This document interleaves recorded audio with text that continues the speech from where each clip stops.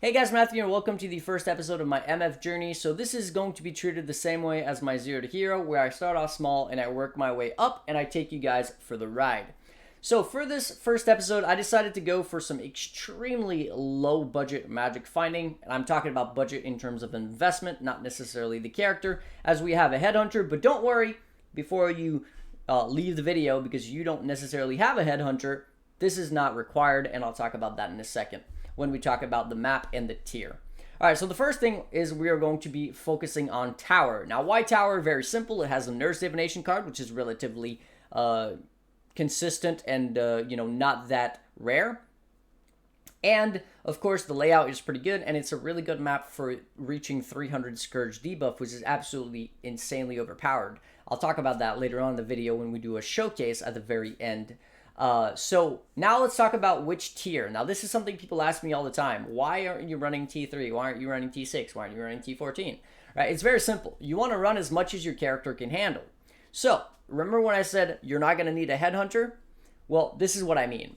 So there's going to be 3 different POBs in the description of this video. There's going to be an extremely budget POB, and this is going to be capable of farming tier 3 towers, right? Because it's not going to have any inspired learnings, it's not going to have anything expensive. It's just going to run on the most basic of basic.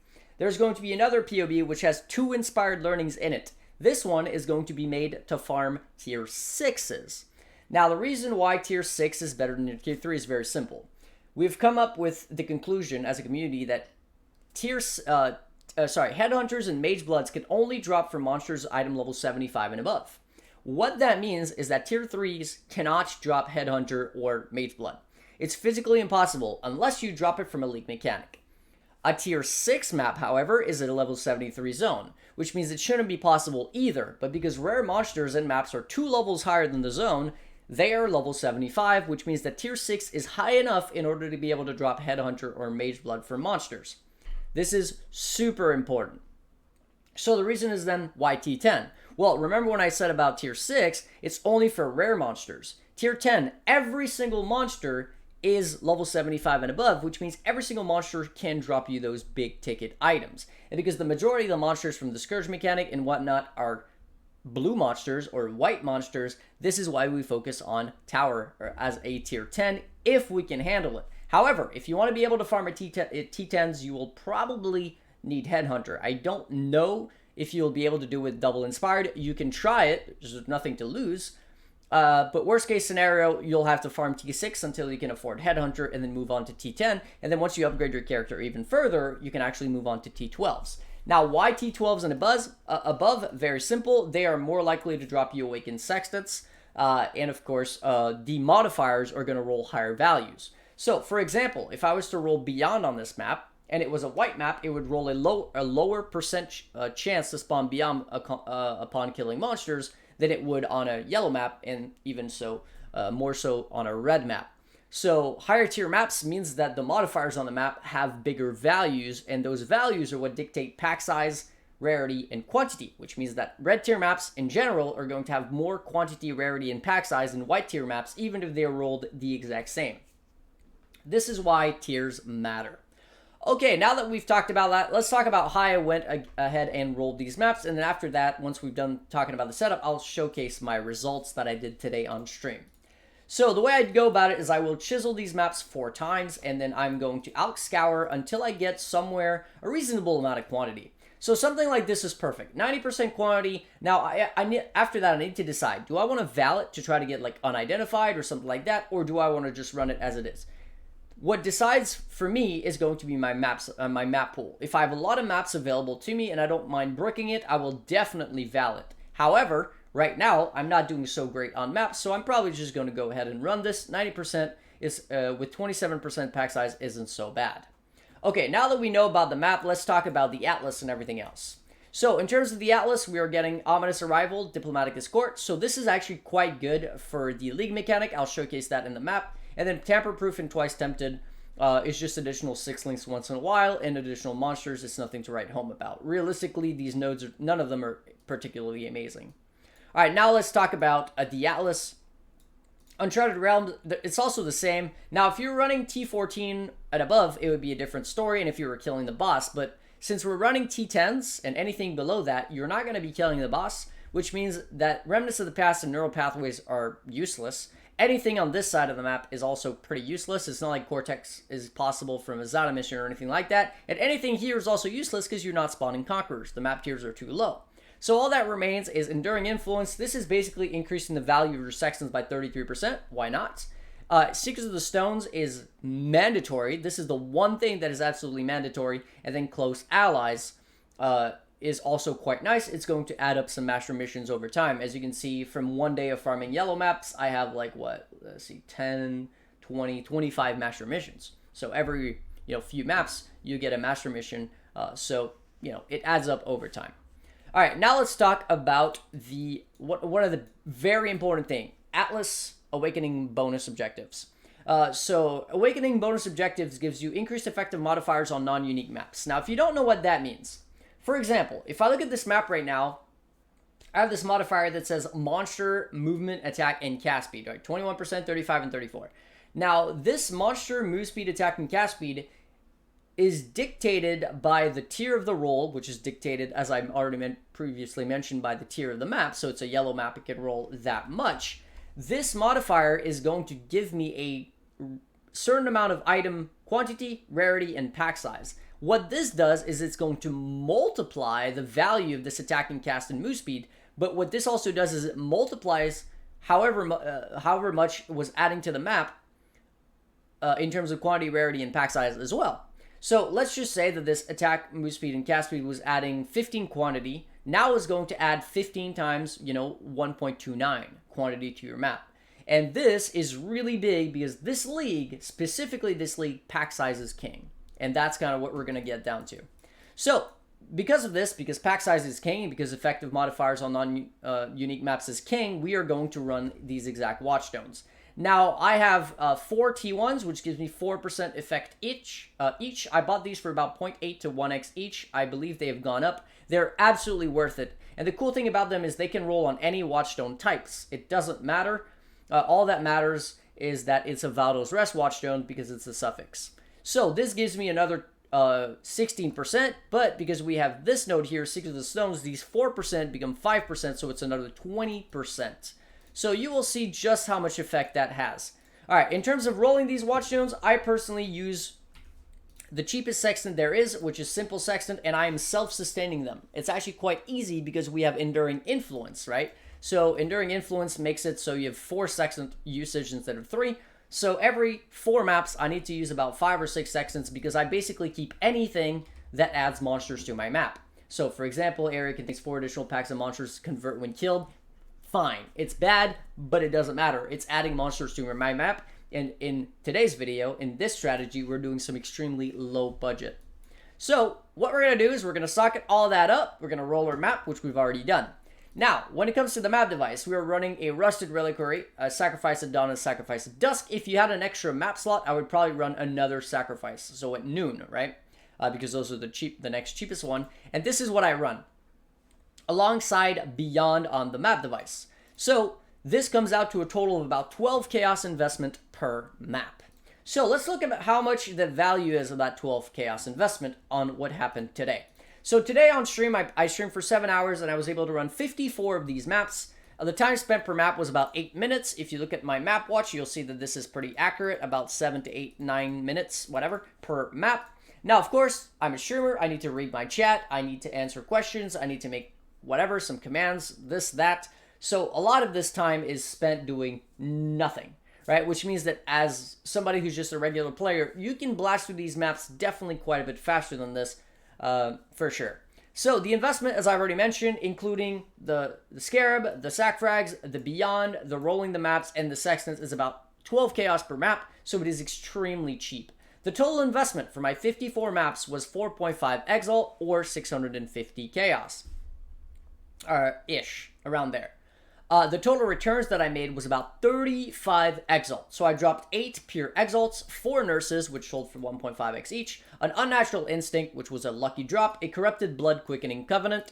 So I dropped a quickening covenant, which is this jewel here, which is used for a very popular build currently, which is Aracali's Fang spider build, and I corrupted Corrupted Blood, so that sold for 5x. That was a lucky drop. A well-rolled Fortress Covenant, so this is the other Covenant jewel, and I rolled a 45% increased damage, so instead of being worth 10c, it was worth about 1x. And then various other things like currencies and other uniques and all that, adding up to roughly 12.5x, for a total of profit of about 30 exalt. Now, the way that I looked at that is I looked at the value of my stash, and at the beginning of my stream is worth about 20x, and now it's worth about 50, so roughly 30x profit in 7 hours, which comes out to about 4.3 exalt per hour. Now, of course, this is considering very lucky drops. This is very unlikely to happen, where you are going to drop as much things as I did and corrupt as many things as I did and whatnot.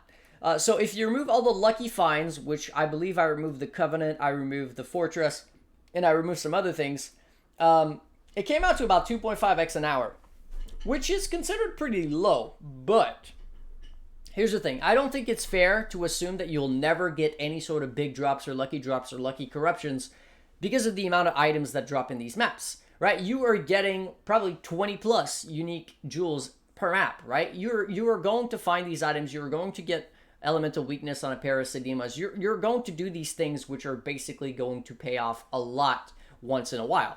Maybe I got a little bit lucky, but I don't think this is realistic. I also don't think this is realistic. This is probably a bit too much. I think it's probably somewhere in between. I think anywhere between 3 and 3.5x an hour or so is what you can expect from this very strategy. But the cool thing is, it doesn't really require anything. It's an all can go type of strategy. We're investing 12c per map. All these things are super easy to buy in bulk, and a lot of them, like the Sextants, the Beyond, the Chaos for the buying the Beyond, all those you're actually going to self-sustain. The only thing you need to buy is the Sack Frags and the Scarabs. And the thing is, because they're super common drops, they're very cheap and they're very easy to buy in massive bulk. So that's pretty much it. Now let's go ahead and run a map to showcase what I'm going to do. So what I did is I socketed my 4 Watchstones, right? With my Sextants, I'm going to run Beyond on my map alongside my Investment here. But now the thing is, if I have 4 socketed Watchstones, my tower is at tier 14, and I'm running at T10, which means it's impossible for me to sustain my towers. So it's going to be paramount that I remove 2 of my Watchstones in order to get tower back to tier 10 on my Atlas, and this is going to enable me to be able to drop tier 10 towers now. Okay, now comes a very, very important part of this video, and that is going to be about how to clear this map. So there is a very strategic way to clear this map in order to get to 300 debuffs every single map with no real effort. So what you want to do is, when you enter the map, you're going to kill enough enemies to get to about the halfway point in terms of the bar for the league mechanic. My Stop. mana is gone. Trying to explain something. And then after that, you are going to pop the league mechanic, start it, clear a little bit of a zone, and then pop out instantly.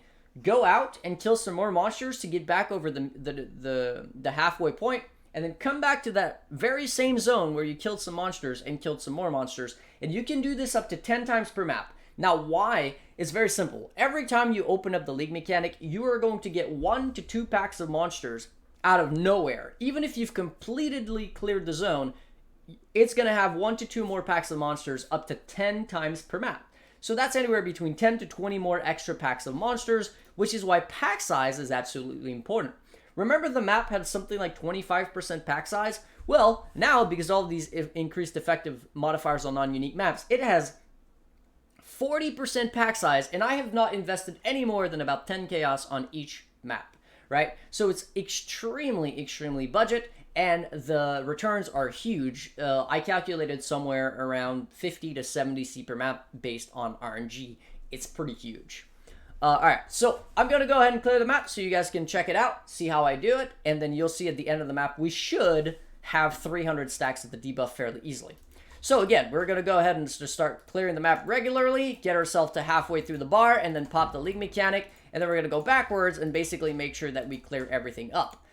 Make sure that we go a little bit forward too, just in case that our 1 to 2 packs have spawned basically behind us. Alright, we're going to get back to where we can spawn the league mechanic again, kill our 2 packs of monsters, as you just saw them appear right behind me, and then we're going to pop out of the league mechanic, and then we're going to do the same thing again. See this pack of monsters right here and right there? Well, these were monsters that I've already killed. Meanwhile, they're still there, right? So this is going to happen up to 10 times per map, as I've already mentioned. So this is kind of what we are going to be abusing. Now, you don't want to be sitting there going back in, back out, and back in and back out, you know, 10 times on the first floor, because while technically that would be the optimal way of doing it, that is also a lot of time that you're going to be wasting. So I personally do it about 5 times or so on the first floor, and all the while kind of clearing the rest of the map somewhat, or at least to some extent. All right, so again, we go ahead and clear the remaining monsters, and then we can pop out. And here we are. We have 78 stacks after leaving the first floor. Now, this is not amazing, but remember, this is a 10C investment map. This is extremely budget. So we're going to go ahead and pop the lead mechanic as soon as we can. We're kind of going to do the same thing here. So we're going to go ahead and pop this. All right, come out. Let's go ahead and get a little bit more juice. And then we can do the same thing again. See, free pack of monsters, huge pack of monsters, matter of fact, just spawned right behind our character. So let's go ahead and kill this dude. He drops some cool stuff. Grab this, and then we'll keep clearing our map. Alright, so get another strongbox. This is great because it's going to allow us to easily get to maximum stacks, and then we can basically do the same thing. Now, sometimes the pack of monsters is going to spawn ahead of you, sometimes next to you, sometimes behind you. So you kind of need to be able to look in all directions, which is why you know, the very beginning of the map is very easy because you know exactly what you've done and what you haven't done yet. Okay, so again, do the same thing here. Now, the pack might have spawned in front, but that's okay because I believe that even if you miss it, as when you go back in, now that it's spawned as part of the league mechanic, it will still be there. Okay, so we've cleared the entirety of this floor, and we are at 144 stacks. And there's some more monsters to kill, which means we might be able to pop it one more time to get one more free pack of monsters, and there we are. One more free pack of monsters, there it is, 150 officially. Grab our Orb of Alteration, which is 1/5 of Chaos, why not? And then keep clearing. Okay, we're just about full. We'll go ahead and pop this up. Pop this bad boy open, and now that we've cleared everything out, we can just come out of it. And we'll do the same thing here, get everything juiced up, and now we're pretty much almost done exhausting all of our 10 packs because we can only get 10, as already mentioned. So we are going to actually focus on starting to clear the entire map every single time that we pop the league mechanics so that, you know, we get the maximum value of our time, because time is also currency, right? So that's very important. Okay, now we have these bad boys spawning, the Harbinger spawning us a bunch of monsters. That's great. So let's go ahead and get... Oh, unfortunately, that was a bit unlucky here. It's a pretty big pack, too. I probably lost about 10 completion or something out of that. But we should be able to just walk back and spawn them again. So it's not like we lost these monsters. As long as we have enough, you know, energy on our bar to spawn them again, even if we die, it doesn't really matter. Now, dying, which is probably something else I should talk about, is very common. You know, it doesn't happen every map. But it's not something that you can really prevent because Magic Find characters are extremely weak characters. Extremely weak. Very, very squishy characters with no real defense. Like, we're not running any sort of defensive auras, nothing like that. We are just pure speed and damage. Now, one thing that you'll note is that you've probably seen some other people running these maps and they are completely zooming, and I probably look pretty slow. And the reason why I look so slow is because I'm not running double Beyond. Beyond is what really carries people farming the league mechanic this league. Beyond is absolutely insane. Of course, corruptions on a bunch of gear can also help quite a bit, which are two things that I don't really do. Okay, let's see if we can get some luck for the video. Chaotic Disposition, nice little 5 chaos. Now, I don't like the guy who killed me, so I'm actually going to go back and try to find him. Try to make him pay for what he did. Alright, so we found him. Unfortunately, no extra packs of monsters, which means we've probably exhausted our 10 free packs for this map. My mana is This gone. is fine, considering we are at around 230 stacks at the end of the map. Now we'll go ahead and clear this floor, or at least this league mechanic. Now, I haven't gotten too lucky in terms of my my spawns for Beyond, which is kind of unfortunate, because this is what really is going to dictate how fast I can clear this map in the first place. Okay, So get this bar up to full, and then we can go back a little bit, clear everything out, and there we are, 285. So this was definitely one of the worst maps, I would say, that I've done today. Most maps, almost every single map, I will get to my 300 debuffs. Now, why could that be possible? There's a lot of reasons why you may or may not reach 300 debuffs. The first thing is that there's actually some league mechanics which are going to negatively affect your ability to actually spawn monsters on your map. And what those are essentially things that take space. So, for example, if you have a Blight, well, Blight is kind of bad. And the reason why Blight is bad is because it takes up space, and wherever it takes the space, or for example, Betrayal, the monsters from the league mechanic cannot spawn. So it's restricting some actual area where the monsters should be able to spawn, but they aren't.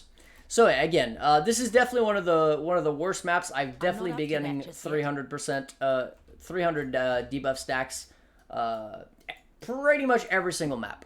Now, getting 300 debuff by the end of the map is not necessarily what you want to do. You want to get to like 300 debuffs around like halfway through this floor. Matter of fact, anything 300% before before even reaching the last floor is the best. But you have to remember that we're not investing into, you know, booming populace or prefix or suffix Watchstones. This is the most bare bones you could ever do.